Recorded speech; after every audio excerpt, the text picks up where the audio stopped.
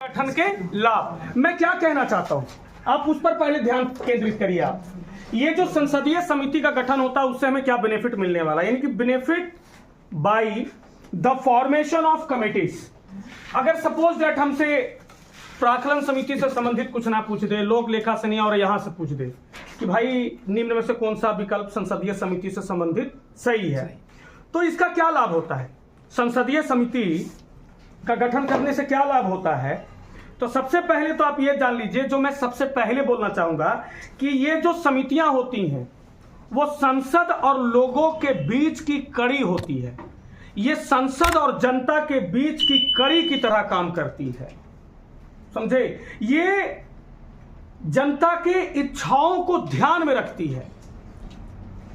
संसद जनता के लिए किस प्रकार से योजना तैयार कर रही है, क्या उस योजना में जनता के नाम पर यहां संसद में ठगी तो नहीं किया जा रहा है, इसका निगरानी होता है। जैसे मैंने आपको पहले भी कहा था कि अगर संसद कहे कि शिक्षा के लिए मुझे संसद में 10,000 करोड़ रुपया शिक्षा के लिए मांगा जा रहा है, तो संसदीय समिति वहां जांच करेगी कि वास्तविक में ये 10,000 करोड़ रुपया जो है ये खर्चा करेगा कि नहीं करेगा। से पता चला कि संसदीय समिति जो है, जो संसद में जो डिमांड हो रहा है 10,000 करोड़ रुपया शिक्षा के लिए, उसमें 8,000 करोड़ रुपया खाली प्रचार में खर्चा होगा, ऐसा मेंशन करना। तो संसदीय समिति कहेगा नहीं कि 8,000 करोड़ रुपया आप प्रचार में खर्चा कीजिएगा, 2,000 करोड़ के खाली काम कीजिएगा। तो संसदीय समिति संसद और जनता के बीच की कड़ी होती है। साथ ही प्रशासनिक दक्षता और लोकतंत्र की मजबूती हेतु, प्रशासनिक दक्षता और लोकतंत्र की मजबूती हेतु अपेक्षित और लोकसभा में विशेषज्ञों का अभाव और राज्यसभा में कार्यभार की अधिकता है। ऐसे में संसदीय समितियों के गठन से क्या होता है कि समय की बचत होती है। मान लीजिए कि हमारे संसद महोदय जीत के जाते हैं संसद भवन में, और उनके पास हो सकता है कि प्रशासनिक मामलों में कोई कौशलता ना हो सकता, क्या होबे नहीं करता, ज्यादातर लोगों में दक्षता नहीं है। तो राज्यसभा में भी संख्या बहुत ज्यादा है सदस्यों का, लोकसभा में भी है, और उनको प्रशासनिक संदर्भों में कोई जानकारी नहीं है। तो ऐसे समय में क्या होगा, ऐसे समय में संसदीय समिति उन लोगों को सलाह देती है, उन लोगों का सभी चीजों का जांच करती है। जिस मामले में उनके पास जानकारी का अभाव होता है वहां पर ये अपना क्लियरिफाई करते हैं, स्पष्टीकरण देते हैं, ये समझाते हैं, यानी मॉनिटरिंग करते हैं। मॉनिटरिंग, क्लास में अगर बच्चों की भीड़ ज्यादा है, क्लास में बच्चों की भीड़ ज्यादा है और ढंग से अगर मॉनिटरिंग नहीं हुआ तो वो क्लास चलवे नहीं करेगा, हुड़दंगी चलेगा। इसलिए मॉनिटर एगो होता है व्यवस्था, मॉनिटर का काम ही यही है कि भाई जांच करते रहिए, देखिए कि कोई बेंच पर अगर मान लीजिए कि पूरा यहाँ से वहाँ तक पूरा लइकन भरल, अब लइकन जो भरल है, अब कोई बेंच पर हल्ला ना करे, सब ढंग से रहे, उसके लिए का मॉनिटर खड़ा कर दो रे, सब देखेगा, एकदम बेंच एकदम टाइट करके रखेगा नट बोल्ट। काहे जी काहे हिल रहा, तू हिला, माने शांत न रहेगा, पूरा क्लास शांति से सुनेगा क्योंकि एकदम साथ में एकदम मॉनिटर है, ऐसा व्यवस्था। ये अलग बात है कि संसदीय व्यवस्था में हर एक डिपार्टमेंट में एक मॉनिटर दे लेता है, ये हो रहा है, उस चीज पे फोकस नहीं करना है। सकारात्मक तथ्य ये है कि संसदीय समिति के गठन से हम जनता का भी बहुत भलाई है, बहुत ज्यादा भलाई है। इसके अलावा ये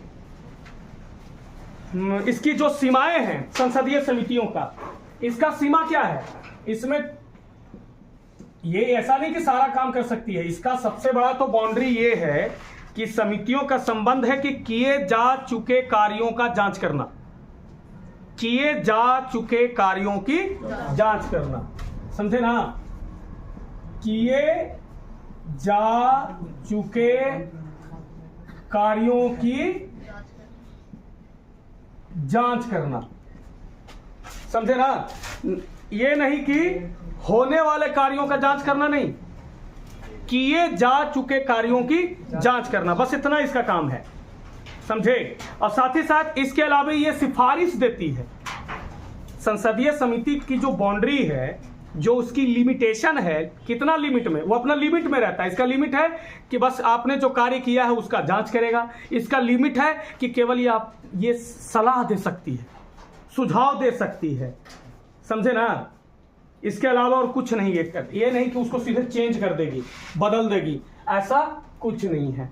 तो संसदीय समिति से संबंधित एक दो बातें थी जो हम लोगों को जान लेना चाहिए था, बता दिया। इसके बाद जो है वो आपको विभिन्न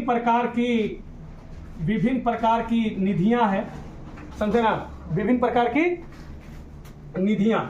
जैसे निधियां से आप लोग को समझ में आ रहा होगा, आकस्मिक निधि, संचित निधि, इसके अलावा लोकलेखा, भारत की लोकलेखा, भारत की संचित निधि, आकस्मिक निधि, ये निधि है। अब सवाल यहां पर इसमें हम लोग ये जानने का प्रयास करेंगे अगले क्लास में कि आकस्मिक निधि में कहां से धन आता है, संचित निधि में कहां से धन आता है, लोक लेखा का जो धन है वो उसका क्या है, किस अनुच्छेद से ये संबंधित है। काफी इंपॉर्टेंट है, इसमें एक एक दो लाइन जो है निधि से वो काफी इंपॉर्टेंट है। जैसे कि मान लीजिए कि संचित निधि का अनुच्छेद कितना में वर्णन है, या जो टैक्स से पैसा आता है वो किस निधि में जमा होता है। तो ये सारे प्रश्न बहुत इंपॉर्टेंट है हमारे प्रतियोगी परीक्षा की तैयारी करने वाले आप जैसे बच्चों के लिए, सबके लिए तैयारी कर रहे हैं। तो पूछता है, ट्रेंड बदल रहा है क्वेश्चन का, ऐसा नहीं कि घिसा पड़िसा पूछ रहा है।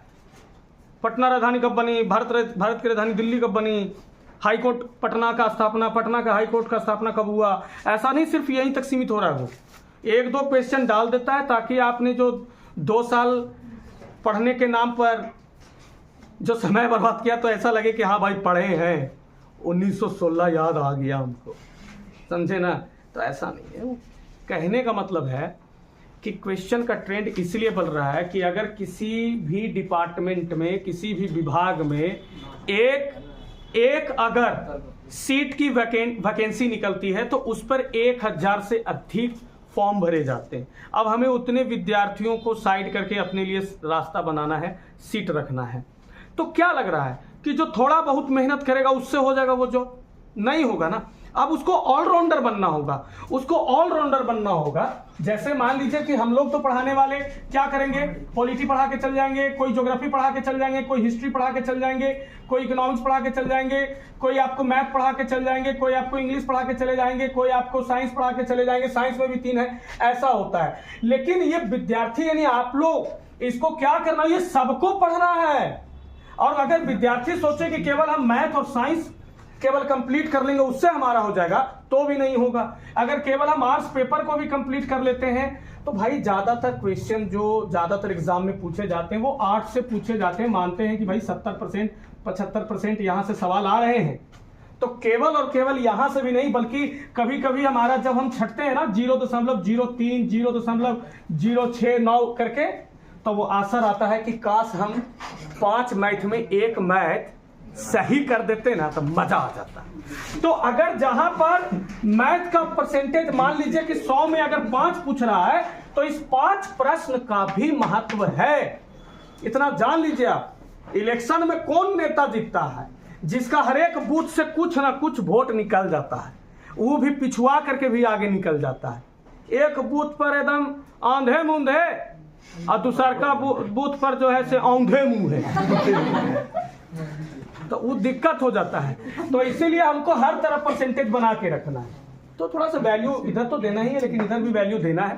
तो पढ़ाई एकदम समेकित तरीके से करना, अच्छे तरीके से करना। और जो हमारे इस चैनल पर बच्चे देख रहे हैं वीडियोस को, उन लोगों के लिए भी एक विशेष सलाह है कि आप केवल और केवल सिर्फ थोड़ा सा सोचिएगा कि अगर हम एक चीज़ों को पढ़ ले, किसी एक प्रकाशन की कोई किताबों को हम पढ़ लेते हैं तो उससे नहीं होता है।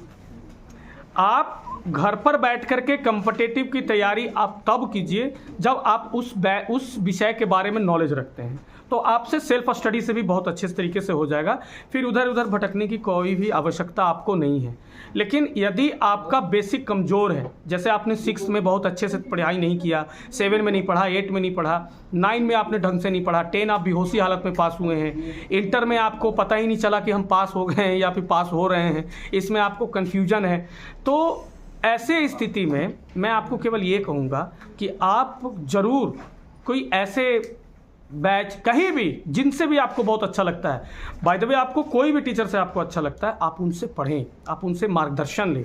1 साल 1.5 साल आप उनसे मार्गदर्शन लें, क्योंकि कोई भी जॉब जो होता है वो ग्रेजुएशन लेवल के बाद बड़ा जॉब मिलता है। तो 3 साल आपके पास समय होती है, तो इस 3 साल के पहले आप 1 साल 1.5 साल में कोई भी बैच को फाउंडेशन पढ़ें, इसके बाद तौर तरीके से टारगेट पढ़ें, निश्चित तौर पर आपकी कामयाबी मिल जाएगी। तो आपके सुनहरे भविष्य के लिए, आप सभी के सुनहरे भविष्य के लिए मैं कामना करता हूं ऐसा। मिलते हैं आपसे अगले वीडियो में, तब तक के लिए जय हिंद, जय भारत।